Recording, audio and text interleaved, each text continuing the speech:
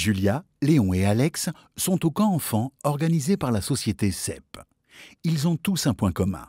Leur mère ou leur père est atteint de sclérose en plaques, également appelée CEP. Julia raconte que sa mère ne marche pas bien. La mère de Léon n'a pas de problème à marcher. Elle est simplement toujours fatiguée. Ils sont déconcertés lorsqu'Alex raconte que son père est en fauteuil roulant. Bizarre, pourquoi sont-ils tous différents? En cas de rhume, le nez coule, la gorge pique, parfois on tousse. Avec la CEP, les signes ne sont pas aussi caractérisés. C'est pourquoi on l'appelle aussi la maladie aux 1000 visages. Certaines personnes atteintes de CEP ont des problèmes aux yeux. Par exemple, ils ont une mauvaise vue, leurs yeux peuvent les faire souffrir ou ils voient tout en double. D'autres, comme la mère de Julia, n'arrivent pas à bien contrôler leurs muscles et ne peuvent donc pas marcher. Ils ont parfois des fourmillements dans les jambes ou des crampes musculaires. Cela peut être douloureux.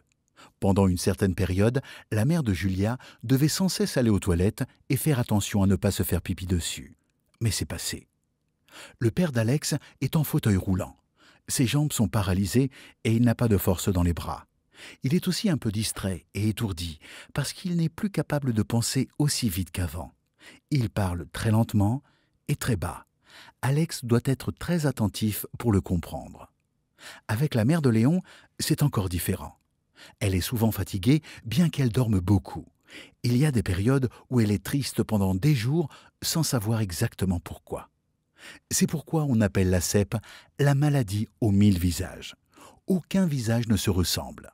La CEP est donc différente d'une personne à l'autre. Elle peut gêner une partie ou plusieurs parties du corps. Certains problèmes passent, d'autres restent.